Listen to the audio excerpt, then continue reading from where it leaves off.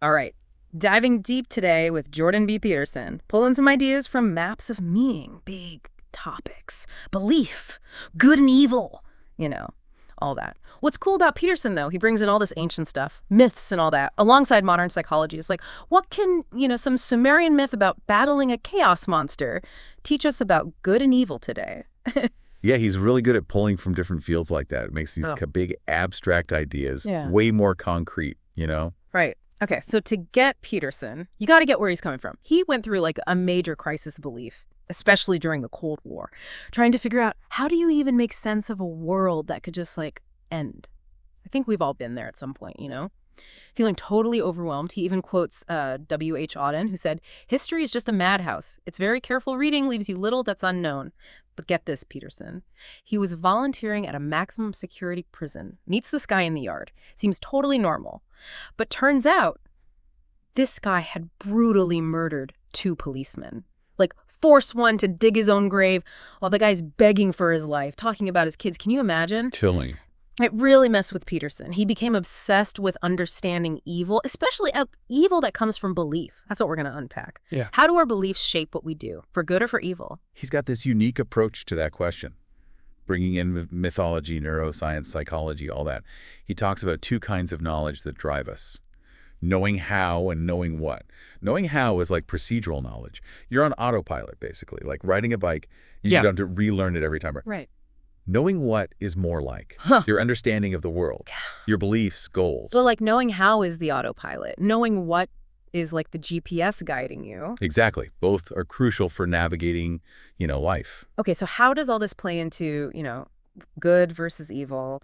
Peterson says our brains are wired for both exploration, like seeking out new stuff, but also conservatism. Sticking with the familiar, he uses this map analogy. Think of explored territory, like your comfort zone, routines, beliefs, where you feel safe. Unexplored territory, that's the staircase of the unknown, but also where all the, exciting discoveries are. Yeah, like pushing the boundaries. He even describes this time he was trapped in an office building at night.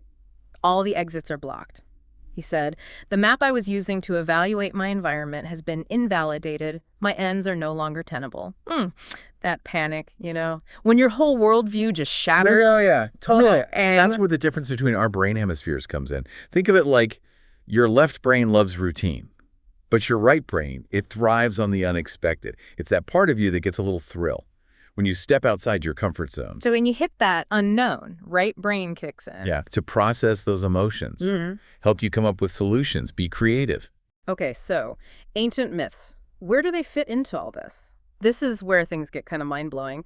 Peterson says myths, they're like symbolic roadmaps of our brains navigating the unknown, showing us how we explore, freak out, and then eventually figure things out. He uses the Sumerian creation myth as an example, the Enuma Elish. It's about this god, Marduk, who battles a chaos monster, Tiamat. Now, the myth itself is pretty wild, but the main idea is Marduk represents order, reason, or knowing how, right?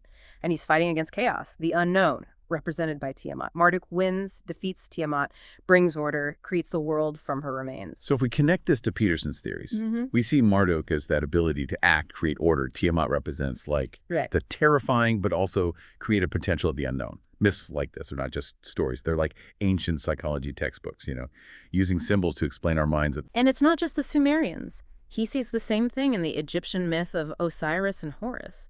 Osiris is this god who's murdered, but his son, Horus, brings him back to life. The cool part is, Horus uses his father's wisdom, the knowing what of the past, but also his own knowledge to overcome these challenges. It's like inheriting a family business, but you got to adapt it to the modern world. Exactly. What these myths show us is this constant cycle of creation, destruction, and then renewal. Think about it. Same pattern plays out in so many stories, even modern movies. We face problems, things fall apart, and from that chaos, something new is created. It's like baked into the human experience or something. Right. Okay. Let's switch gears a little. Talk about the Judeo-Christian tradition, specifically the idea of the Word of God. Peterson says this word. It's all about the creative power of language. The words we use, they literally shape how we understand the world, just like in Genesis when God said, "Let there be light," and there was light. Right. It's not just communication. It's like a force that shapes reality. Okay, and how does Peterson use a Garden of Eden story to illustrate this? Well, that serpent, He's not just about temptation, he's also about transformation. Hmm. He gives Adam and Eve self-consciousness, the knowledge of good and evil. But it comes at a cost, right, of the fall from paradise. Yeah. And, let's be real, a whole lot of existential anxiety. Yeah. Peterson calls these challenging ideas anomalous because they shake up our worldview. Mm. But they can spark incredible personal growth, like a mini revolution in your mind. That serpent, that symbol of temptation, makes me think of another danger Peterson talks about, ideology. Just blindly following any belief system, no matter how good it sounds, can be dangerous. Yeah, he's really big on individual responsibility. Yeah. Confronting that good and evil within ourselves. He even said, one man who stops lying can bring down a tyranny. It makes you think, what are my beliefs? How are they shaping what I do? Am I being honest with myself about them? Right. It's not about easy answers. It's about constantly examining yourself Yeah. and facing those uncomfortable truths about yourself and the world. Now, let's get into some of the really heavy stuff. How that shadow, that darker side of us, can be manipulated, leading to some truly disturbing things in the real world. Yeah, that's where things get really interesting. It's interesting you bring up tyranny, because that idea of individual responsibility, it ties right into how Peterson looks at good and evil. Like, on a societal level, he doesn't shy away from the dark stuff, totalitarian regimes, all that, the psychology behind atrocities. Yeah, it's heavy. But he's saying our capacity for evil, it's just as real as our capacity for good. Right. And he sees ideology, especially these utopian visions, as like breeding grounds for tyranny. Think about it. The atrocities committed in the name of a perfect society, Nazi Germany, Stalinist Russia, the Khmer Rouge, they twisted good intentions into justifications for mass murder and oppression. It's scary how easily that can happen. And that's why Peterson's so big on confronting our own shadow side, Right. the parts of ourselves we don't want to look at. Like, we all have the potential for evil.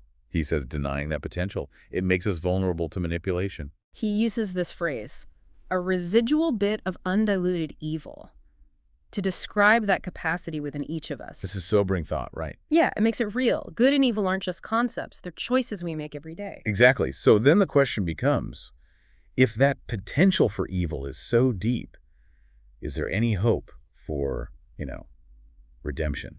Well, thankfully, Peterson doesn't leave us hanging. He offers some hope through this archetype of the hero, that figure who embodies transformation and the willingness to confront evil. Yeah, the hero's journey. It's a recurring theme for a reason. It's that human desire to overcome, sacrifice, to bring light into the darkness. And Peterson says it's not just about grand gestures, like slaying dragons or whatever. Right. It's about everyday choices, speaking the truth, resisting temptation, standing up for what's right, even when it's hard. He uses the example of Alexander Solzhenitsyn, the Russian dissident who exposed the Gulag system. Oh, well, yeah. Risked his life to speak truth to power, a real testament to the human spirit. And remember that Solzhenitsyn quote, one man who stops lying can bring down a tyranny. Powerful stuff. It gives me hope. And Peterson points out so many other examples of everyday heroes, people choosing courage and integrity, even when facing really tough situations. So we all have that potential. We do. Okay, but we've talked about the individual. How do we, as a society, create a more just and compassionate world, given that potential for evil is always there? Well, Peterson says the first step is recognizing the limits of ideology, that utopian thinking. While it sounds good, it often leads to trying to force one worldview onto a complex reality. So it's not that we shouldn't strive for better, but we need to be careful about those simple solutions that end up sacrificing individual freedom. Exactly. He's more for a pragmatic approach Yeah. to social change. Like step by step. Yeah, he emphasizes individual responsibility, Mm. free speech, open dialogue, as essential for a healthy society. He also talks about humility, recognizing our own flaws and limitations. It's a good starting point for mitigating that potential for evil. So humility plus open dialogue. Yeah, that can create the conditions for a more just and compassionate world. It's not about some perfect utopia. It's about making progress towards a society that values each person, their dignity, their freedom, their responsibility. It's a long journey. It is. But Peterson reminds us it's worth it. Absolutely. Yeah. Now, remember those ancient myths we talked about earlier? Peterson believes they offer some deep insights into the nature of belief and the human struggle to find meaning in a world full of suffering and uncertainty. Yeah, he says myths often present us with these, paradoxical truths, things that defy easy answers, like take the Garden of Eden story, the serpent, who's supposed to be evil. He's also the one who brings knowledge and self-awareness. It's a good reminder that even the things we see as negative, they can also be sources of growth and transformation. Like, sometimes you gotta break down to break through. Exactly. Now, another thing Peterson explores is the shadow, that part of ourselves we try to hide because it's got stuff we're ashamed of, things we find unacceptable. The stuff we try to keep hidden. Yeah, but he says, confronting that shadow is crucial for being psychologically whole. So, integrating those darker parts of ourselves Right. into a more complete personality. Instead of pretending they don't exist, we need to acknowledge them and learn to manage them. Okay, how do we do that? Well, myths often depict this as a descent into the underworld, a confrontation with monsters and demons. Like in the hero's journey, there's always that trip into darkness. Exactly. Those myths remind us that the path to wholeness, it often means facing the darkness within ourselves and in the world, not denying evil exists, but confronting it with courage and compassion. So let's get specific. Peterson uses the Sumerian myth, the creation myth of Marduk and Tiamat. Oh yeah, Marduk representing order and reason, battling Tiamat, the primordial chaos monster. What's fascinating about this myth Is how it shows the creative and destructive potential of the unknown. Tiamat, she represents chaos, where she's also the source of all creation. So chaos isn't just bad. It's the starting point for everything. And Marduk, when he kills Tiamat, he doesn't just defeat chaos. He uses her body to create the heavens and the earth. Wow. It's a powerful metaphor. For the creative process itself, that order and meaning can come from chaos. That destruction can lead to creation. That's a hopeful way to look at it. It is. And you see this theme in other myths too, like the Egyptian myth of Osiris. He's murdered and dismembered by his brother Seth. But from his death comes new life. His son Horus is born and eventually gets revenge. So even in death, there's potential. For rebirth and renewal. Yeah. These myths point to this cyclical nature of existence, that death and rebirth, creation and destruction, they're all intertwined. And we see that cycle in our own lives, too. We face challenges, experience loss, but from those experiences we learn and grow. We create something new. It's a good reminder that even in tough times, there's always the potential for renewal. Always. Now, bringing it back to the Judeo-Christian tradition, that concept of the Word of God, which Peterson connects to the creative power of language. The idea that language isn't just for communicating, but it can actually shape reality. Like in Genesis, God speaks the world into being. Let there be light, and there was light. So powerful. And Peterson says, this creative power applies to us too. The words we choose. They have power. They shape our perceptions, our beliefs, our actions. And this brings us back to the hero, because the hero, for Peterson, is often a master of language. Someone who can articulate a vision, inspire others, make that vision a reality. Like Martin Luther King Jr., Nelson Mandela. Or even everyday people, using their words to speak truth, advocate for justice, inspire change. Their words can actually change things. They can challenge the status quo, create a more just and compassionate world. Now, shifting gears a bit, let's talk about belief and action. Peterson says our beliefs aren't just ideas. They have a real impact on how we behave, how we experience the world. So it's not enough to just think the right things. You have to actually live them. He's big on aligning our beliefs with our actions. Living in accordance with our values. And he warns about hypocrisy. Saying one thing and doing another. Because when our beliefs and actions don't match, it creates this dissonance, this conflict within us. It feels like being a phony. Right, not being true to yourself. Peterson says living authentically means striving for that consistency between what we believe and what we do. And that alignment is also key in the hero's journey. Absolutely. The hero doesn't just talk about doing good, they actually go out and do it. Actions speak louder than words. Exactly. Their actions are a testament to the power of belief. Showing us that our beliefs can actually change the world. They can. Okay, back to good and evil. Peterson says they're not just abstract concepts. They're forces we encounter every day. So good and evil aren't just in fairy tales. They're real. He describes evil as this force that wants to destroy order, create chaos and destruction. And it's not just out there. Right, it's within each of us too. That residual bit of undiluted evil. We all have that capacity. So we can't just blame others. We have to acknowledge it in ourselves. But Peterson also says we have the capacity for good. We can choose to act in ways that promote order, create beauty, bring light into the darkness. So we have a choice. We do. Give in to our darker side, or try to make the world a better place. That choice is at the heart of everything. The struggle between good and evil. It's a constant theme. In myths, in literature, in our lives. It reminds us that we're not just watching. We're participating. Making choices every day that shape the world. Exactly. And Peterson says we have a moral obligation to choose good over evil, to act in ways that promote life, truth, and beauty. But he knows it's not easy. It's a constant struggle. Yeah. But it's a struggle worth having. Because what we choose, it really matters. Our choices shape the world. And those choices are shaped by our beliefs, our values, our understanding of good and evil. So we've been talking about this battle between good and evil in the world, in ourselves. But how do we actually, live with that? Well, Peterson brings it back to those two types of knowledge, knowing how and knowing what. He says real wisdom comes from integrating both. It's not enough to just have information, the knowing what.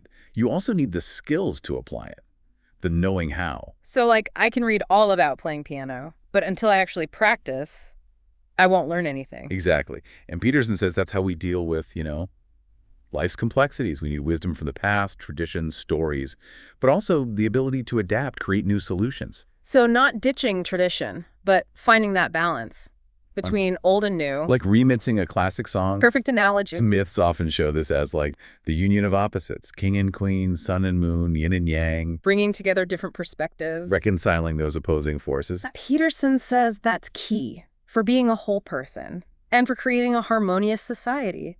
But let's be real, what does this all mean for us? Day to day, how do we live in a world where good and evil are real and our choices matter? Peterson's big on taking responsibility for our own lives. Yeah. We're not just bystanders. We can shape the world around us. I get that. That's also kind of a lot of pressure. It is. That's why meaning and purpose are so important. Peterson says without them, life can feel pretty meaningless. Bleak. Yeah, but with a sense of purpose. Even the tough stuff becomes bearable because you're working towards something bigger. So how do we find that meaning, especially when the world feels so chaotic? He suggests a few things. Chase your passions, develop your talents, build relationships, contribute to something larger than yourself. Finding your place. Exactly. And he doesn't sugarcoat it. He says, face your fears. Confront those dark parts of yourself. Live by your values. No shortcuts. No shortcuts. It's about doing the work. It is, but you're not alone. We have wisdom from the past, support from others, and that incredible human resilience. As we wrap up this deep dive, I'm feeling, the responsibility is real, but there's also this hope, we actually have a say in things. And that's the point. The world is tough, messy, but also full of beauty, meaning, and the potential for change. Like Peterson says, it's up to each of us to choose our path, darkness or light. On that note, I'll leave you with a question from Peterson himself. If the kingdom of heaven is already here on earth, as some spiritual traditions suggest, what prevents us from seeing it? Something to think about.